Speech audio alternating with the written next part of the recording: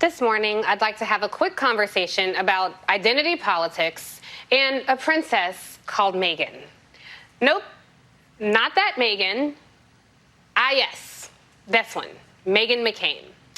McCain decided to chide Senators Tammy Duckworth and Mazie Hirono, who expressed their frustration over the Biden administration's shortage of senior Asian Americans. They initially said they would no longer support many of President Biden's nominees before backing off after receiving assurances from the Biden administration that it would elevate Asian American voices. In response, McCain, whose talent, as far as I can tell, is finding great black hairstylists and benefiting from nepotism, had this to say.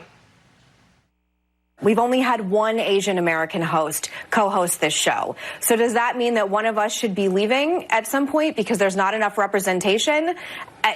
We're talking about, is identity politics more important than qualifications of a job? Yes, one of you should definitely lose your job. I'll give you two guesses, but you'll only need one. So first, not sure if you guys know this or not because she's really shy about bringing it up, but Meghan happens to be the daughter of the late Republican Senator John McCain, but don't tell anyone because obviously she'd never want to bring that up every 5 minutes in lieu of having actual intellectual exchange.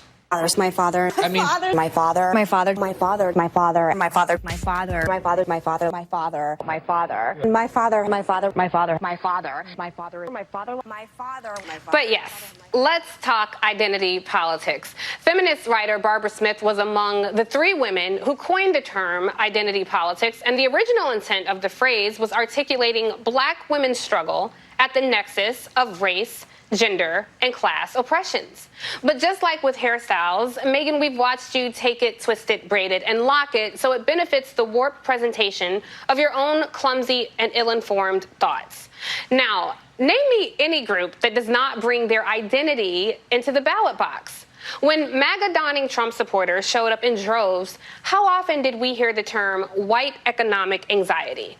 And note how white voters are always given cute little nicknames like Joe the Plumber or soccer moms or NASCAR dads. All of that, Meghan, is identity politics. And when it came to every other voting bloc, we were simply identified by our race, as if these cute little colloquialisms couldn't be applicable to the rising majority of America. Now, let's address this preposterous notion that somehow being a woman of color suggests that you aren't qualified.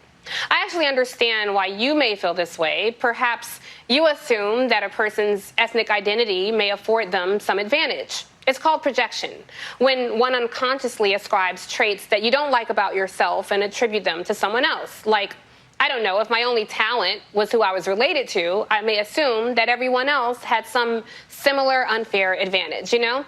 But try being an ally instead of an adversary, because just so you know, in 2020, over 11 million Asian American Pacific Islanders were eligible voters, and those who did cast ballots played a huge role in electing President Biden. So the same way spoiled little gun-toting faux Christian narcissists get to make demands of their chosen politicians, so too do those of us who helped pave the way for this administration.